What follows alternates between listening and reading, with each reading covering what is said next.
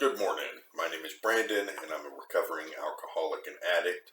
Last few days, we've been talking about relapse and the progressive steps that happen in a relapse, as laid out by Gorski and Miller in their book, Staying Sober, A Guide to Relapse Prevention. And so today, we are at the last three phases of relapse syndrome. We'll start with phase 9. And at this point, we're getting to a point where things are pretty out of control. There's a lot of thought of the use of alcohol and drugs to try to temporarily solve or relieve some of the problems being experienced. So phase 9 specifically is where, in phase 8, we've kind of been denying that this loss of control is going on. Phase 9, we recognize it and start to think, okay, what do I do about this? And so they say, during this phase, my denial breaks and I suddenly recognize how severe my problems are, how unmanageable my life has become, and how little power and control I have to solve any of my problems. This awareness is very painful and frightening. By this time, I become so isolated that there is no one to turn to for help. So, good reason why we need to keep ourselves in the fellowship of whatever program we're working, because we want to make sure that we surround ourselves with people who can help us if we find ourselves in a situation where we need help. So, some of the symptoms of this phase, difficulty with physical coordination and accidents. So we've talked about how physical coordination and clumsiness and accidents are actually symptoms of post-acute withdrawal, and those symptoms start to come back here in phase 9. We also experience self-pity in phase 9. I begin to feel sorry for myself and may use self-pity to get attention at AA or from family members. So yesterday I talked about how these symptoms look a lot like some of the things that I was doing in my active addiction. And using self-pity for attention is a great example of that. That is something that I did a lot of in my active addiction, trying to get people, playing on people's heartstrings, and it never worked. Nobody ever saw me being pitiful or self-pitiful and said, "Oh, poor guy, let's cater to his needs." That never happens because people aren't attracted to people who are being self-pitiful. People rarely feel sorry for people who are being self-pitiful. People save those emotions typically for others who genuinely have a need for help. So being self-pitiful never ends up giving you the results that you're hoping to get out of it. And as we'll see, it actually starts to make things worse because you begin to feel guilty. You feel that, as they say here, I feel ashamed because I think I must be crazy, emotionally disturbed, defective as a person, or incapable of being or feeling normal. Then you start to have thoughts of social use. So I start hoping that I can one day return to social drinking and recreational drug use. I think I might really be able to control it next time. And I don't have experience with relapse from alcohol or marijuana was my other big drug. I don't have experience with relapse from those drugs. What I do have experience with relapse in is cigarettes. And yes, very different type of drug experience with cigarettes. But the addictive nature is very similar. And the relapse process is very similar. And when I was trying to quit smoking cigarettes, which happened over a period of probably 15 years that I was trying to quit smoking, there would be times that I would go weeks or even a couple of months without a cigarette. And then I would go out for drinks with some friends one night and think, I can have one cigarette and I'll be fine. It won't be a problem. And I would have that one cigarette, and then maybe the next morning I'd say, well, I can have one more, just with my coffee, and then I won't have any more. And pretty soon I'm back to smoking the exact same amount that I used to. And that's something similar here. We feel like we can have control over it, and then as soon as we indulge, it quickly slides out of control. Another symptom of this phase is conscious lying. I know that I am lying, using denial, and making excuses, but I can't stop myself. I feel out of control. And then a complete loss of self-confidence. I feel trapped and overwhelmed. I feel powerless and hopeless. Phase 10 is what they call option reduction. During this phase, I feel trapped by pain and the inability to manage my life.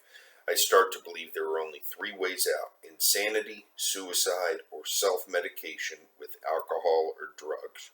So, at this stage, we start to develop unreasonable resentment. I feel angry because of the inability to behave the way I want to. Sometimes the anger is with the world in general, sometimes with someone or something in particular, and sometimes with myself. We discontinue treatment and AA meetings. So at this point, stop going to AA, stop going to treatment, and more than likely are not contacting the people in our group, on our tribe. And I think that a lot of us who are in recovery have seen this, where we have friends who, for a while they're really active and they're always there and they are really into it, and then something happens, and it's usually something they can blame on an external reason, like they got a new job, or they are going through some things with the family, or something else, and they drop off and you stop hearing from them. And that's what this discontinuation looks like. It looks like kind of a clean cut. And so then another symptom at this stage is overwhelming loneliness, frustration, anger, and tension. I feel completely overwhelmed because there's no way out except drinking, suicide, or insanity.